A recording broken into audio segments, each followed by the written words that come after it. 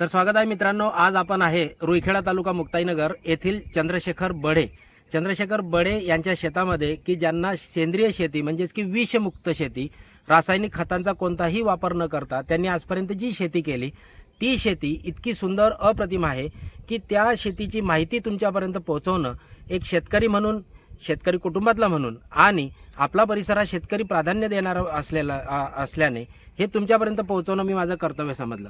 हा जो परिसर आहे संपूर्ण या परिसरामध्ये सीताफळ असतील, नारळ असतील, पेरू असेल, विशेष म्हणजे बदाम तर आपण नेहमी बघतो, पण काश्मीरी बदाम, पिस्ता यासह द्राक्ष, आपल्या हातग्याचे नवीन फुलांची विकसित जात यासह जवळपास वेगवेगळ्या प्रकारचे 30 ते 40 प्रकारचे वृक्षांची लागवड, फळबागांची लागवड आणि फळभाज्यांची लागवड या ठिकाणी आहे। विशेष म्हणजे दशपर्णी असेल आणि जीवामृत असेल यासारख्या सेंद्रिय खतांनी ते लिक्विड जे आहे ते तयार करतात। याच ठिकाणी त्यांचा कारखाना एक असं म्हणूया, आणि ते तयार करून पाईपलाईनद्वारे या संपूर्ण शेतीला देतात। आणि सर्वात महत्त्वाचं म्हणजे स्वतःच्या शेतात आलेलं विषमुक्त अन्न ते आपल्या दररोजच्या ताटात घेतात।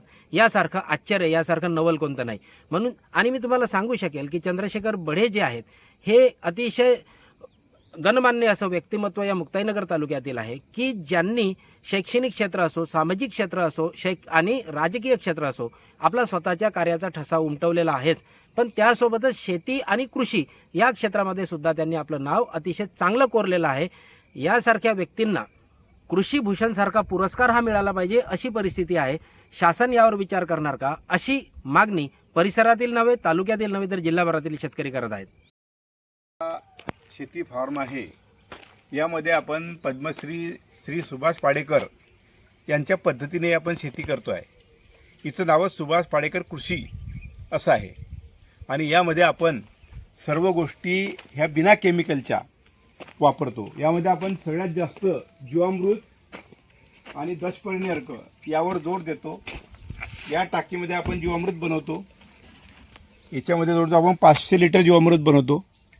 ही एक टाकी आहे, समोर एक हौद आहे, त्या हौदामध्ये 2,500 लिटर जीवामृत एका वेळेस तयार होतं। हे जीवामृत आपण या संपूर्ण शेतीला या नळीमार्फत देतो। ही नळी आपण त्याच्याकरता लावलेली आहे, यातून ठिबकमधून सगळं प्लॉटला जातं। हे आपलं जीवामृत आहे, दशपर्णी, नाही हे जीवामृत आणि हे दशपर्णी अर्क आहे। हा जो आहे याला 40 दिवस लागतात। याची प्रक्रिया मी तुम्हाला नंतर सांगतो, परंतु हे दशपर्णी अर्क आता तयार होऊन राहिलेला आपला आणि या सगळ्यावर आपली शेती अवलंबून आहे। आणि ह्या पाईपलाईनच्या माध्यमातून हे जीवामृत आणि दशपर्णी हे आपल्या पूर्ण शेताला जातं। म्हणजे आपलं 8.5 एकर शेत इथे आहे आणि या शेतामध्ये संपूर्ण जीवामृत जातं आणि हे संपूर्ण जीवामृतावरच शेती आहे। हे बघा, हे आपले रताळे आहे, रताळ्याचे वेल आहे, शेवगा आहे आणि पेरू आहे।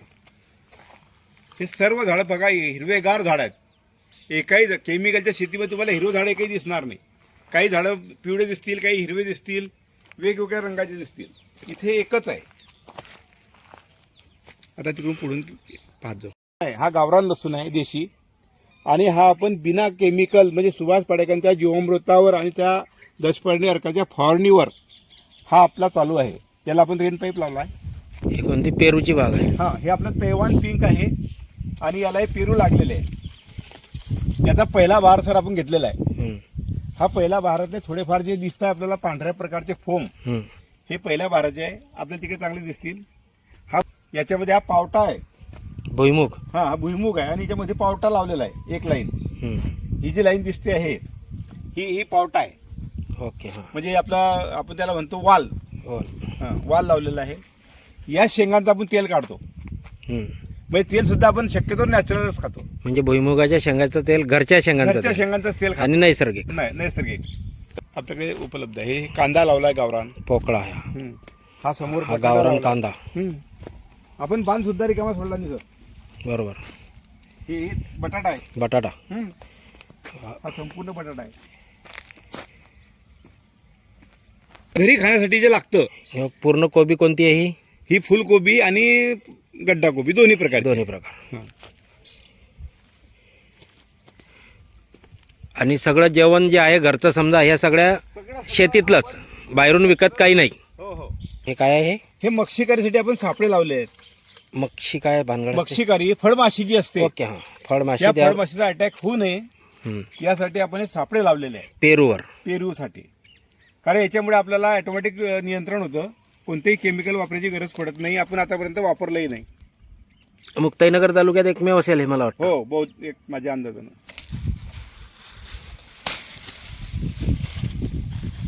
हा आता बहार संपलेला आहे आपला. ओके, सरांना म्हटलं हा आपला पेरू आहे. जरा हे झाले, हे इथे अंकुर आहेत. बदाम आहे का ते? हा बदाम आहे, चांगले अंकुर. हा काय, हा पण बदामच आहे हा का? बदामच आहे. ओके. त्या शेतीमध्ये हे समोर जर बघितलं तेव्हा इकडे हे आपलं बदामचं झाड आहे. आणि ह्या ज्या कलमा आहे बदाम, ह्या आपण हिमाचल प्रदेशामधून सहारनपूर इथून बोलवल्या आणि त्या पार्सलने आपल्या काय, आणि त्या व्यवस्थित आहे आणि त्यांचं अंकुरण झालेलं आहे. बदामासोबत अजून काय काय लावलं? बदाम सोबत आपण अक्रोड लावलेले आहे, पिस्ता लावलेले आहे, त्याच्यानंतर किवी लावलेले आहे, त्याच्यानंतर पेर लावलेले आहे, नासपती लावलेली आहे, चेरी लावलेली आहे. आणि हे ते झाडं किंवा त्याची रोपं आणली का बी तुम्ही? नाही, आपण हे रोपच आणले. बरं, रोपं कुठून आणले? हे रोपं आपण दिल्ली सहारनपूर म्हणजे हिमाचल प्रदेशमधून आणले. हिमाचल प्रदेशात. हां, आणि ते पार्सलने आले, आपण ते इथे लावले आणि ते विशेष म्हणजे ते सगळे रोपं जगले. म्हणजे मुक्ताईनगर तालुक्यात कदाचित किंवा जळगाव जिल्ह्यात पहिलेच, पिस्ता, हां. बदाम तर आहे. हां, नाही पण- बदाम नाही सर, ते बदाम नाही, हां, कोणते ती बदाम? ओरिजिनल बदाम आहे. ओके, हां. म्हणजे ही जी काश्मीरमध्ये किंवा अफगाणिस्तानमध्ये होते, ओके, म्हणजे काश्मीरी बदाम. हां, त्या बदामचे रोप आहे. ते कडू बदाम तो प्रकार नाही, हे बदामचे आहे.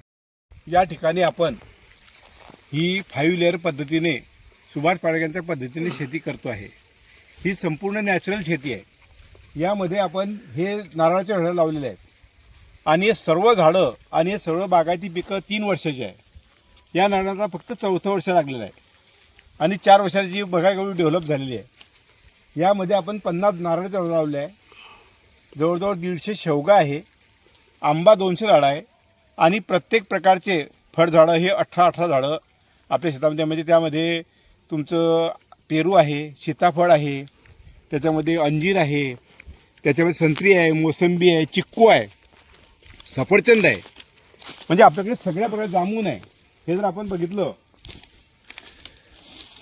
तर हे मोसंबी आहे, त्याच्या बाजून संत्री आहे, हे इकडे चिक्कू आहे सर. आणि हे सगळे 18 झाड आहे. हां, 18, कारण मध्ये 5-5 झाडं याचे आहे, नारळाचं झाड. हे नारळाचं झाड दिसत आहे ना, हे 5 नारळ. हां, हे सगळे नारळाचं झाड आहे, सुपारीचं झाड आहे.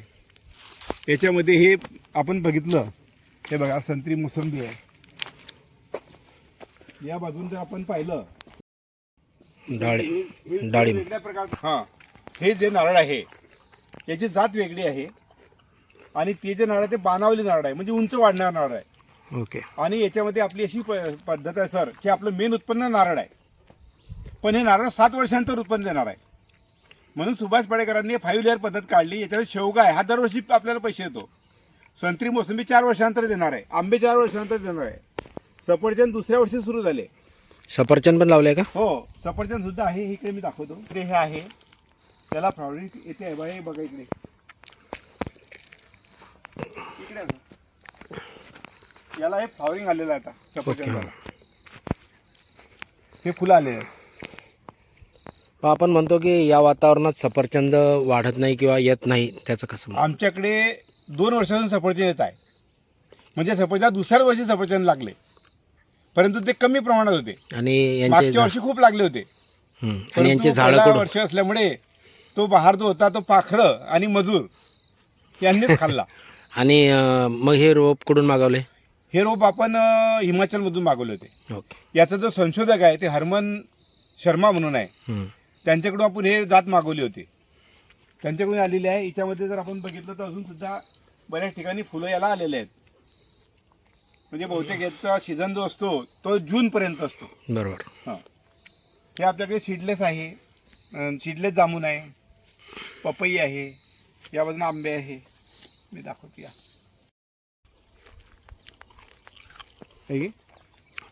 आंब्याचा मोहर किती आहे? हो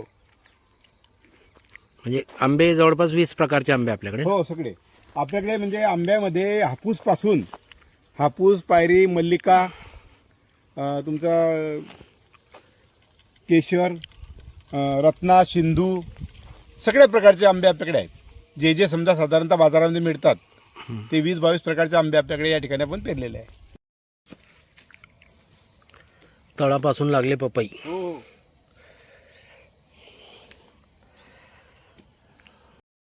आपण खास दापोली येथून लवंगचे झाडं आणलेले आहेत आणि हे बघा तुम्ही, हे लवंगचं झाड आहे. म्हणजे आपल्याकडे लवंगचं झाड सुद्धा चांगलं होऊ शकते. हे समोर जर बघितलं आपण, हे जायफळ आहे. हे समोरचं झाड जे आहे हे या ठिकाणी जायफळचं झाड आहे. हे एवढं उंच झालेलं आहे आणि आपल्याकडे सगळ्या प्रकारचे मसाल्याची पिकं सुद्धा होऊ शकतात. यावर आमचा पूर्ण हे तेजपत्ता आहे, जे आपण मसाल्यामध्ये टाकतो किंवा खिचडीमध्ये टाकतो. तेजपान. हा, तेजपान. तुम्ही याचं चव सुद्धा पाहू शकता. बघा, हे खा, हे ओळखा काय तर, हे लवंग आहे. लवंग. हे लवंग आहे. तेजपत्ता आहे, जायफळ आहे, सगळ्या प्रकारचे झाडं आपल्याकडे. हे आपल्याकडे चंदन आहे समोर. हे कसलं झाड आहे? कचनार म्हणून आहे. कचनार. कचनार काय काम आहे ते? औषधी औषधी वनस्पती. हे पांढरे चंदन आहे. म्हणजे रक्तचंदन वेगळं, पांढरं चंदन वेगळं. पांढरे चंदन वेगळं, 2 प्रकारचे आहे. ते आपल्याला रक्तचंदन म्हणून दिलं होतं, परंतु जेव्हा माझ्याकडे फॉरेस्टचे अधिकारी आले तेव्हा त्यांनी सांगितलं की ते कचनार. आणि आपलं एक आहे सर, हे आपल्याकडे युगांडाहून आलेलं आहे. युगांडा. हा, युगांडा. कसलं झाड आहे? हे आव्याकडूचं झाड आहे. आव्याकडू. हा, आवाकडू जे म्हणतो आपण. आवाकडू. हा, त्याचं झाड आहे. आणि हे त्याला हे फळ आलेलं आहे बा. हे त्याचं फळं आलेलं आहे, त्याला फुलं आलेले आहेत, फळं सुद्धा आलेले आहेत. हे हिरव्या रंगाचे असल्यामुळे ते कमी दिसतात. आहेत सगळ्या बऱ्याच ठिकाणी ते आहेत फळं. ही आपली सुभाष पाडेकरांच्या पद्धतीने सीताफळाची बाग आहे. ही बागेला 3 वर्ष झालेली आहे. आता पुढच्या वर्षी आपल्याला त्याचं उत्पादन येणार आहे आणि पुढच्या वर्षी या बागेचं आपण उत्पादन घेणार आहे. किती एकर आहे तरी हे? जवळजवळ 5 एकर आहे आणि याच्यामध्ये आपण हा हरभरा पेरलेला आहे. आंतरपीक घेतलं. आंतरपीक घेतलेलं आहे. प्रत्येक वर्षी आपण आंतरपीक घेऊन त्यामध्ये चांगलं उत्पादन घेतलेलं आहे. जवळजवळ या म्हणजे एकरी 1 लाख रुपयापर्यंत आपण याच्यामध्ये उत्पन्न घेतलेलं आहे. म्हणजे याच्यात सुद्धा आपण ते जे नैसर्गिक सगळं आपल्याकडे केमिकल हा विषयच नाही. नैसर्गिक म्हणजे आपण कोणतीही खताई थैली किंवा पेस्टिसाईड याच्यासाठी वापरलेलं नाही. आपण पेस्टिसाईडच्या ठिकाणी दशपर्णी अर्क आणि जीवामृत जमिनीतून. जीवामृत आणि दशपर्णीय अर्कासाठी शासन काही अनुदान देते का? नाही, आपल्याला शासनाने इथे कोणतंही अनुदान दिलेलं नाही. याच्यासाठीच दिलं अजून. कृषी विभागाच्या अधिकाऱ्यांनी पाहणी केली एखाद्या वेळेला? हो, कृषी अधिकारी बरेच वेळा येऊन गेले माझ्याकडे. रोल मॉडेल म्हणून अशी शेती केली पाहिजे असं त्यांनी कोणाला सूचित केलं का, की तालुक्यात असं दुसरे प्रयोग किंवा जिल्ह्यात इतर ठिकाणी केला गेला? तालुक्यात तर अजून काही असं मोठ्या प्रमाणात कोणी केलेलं दिसलं नाही.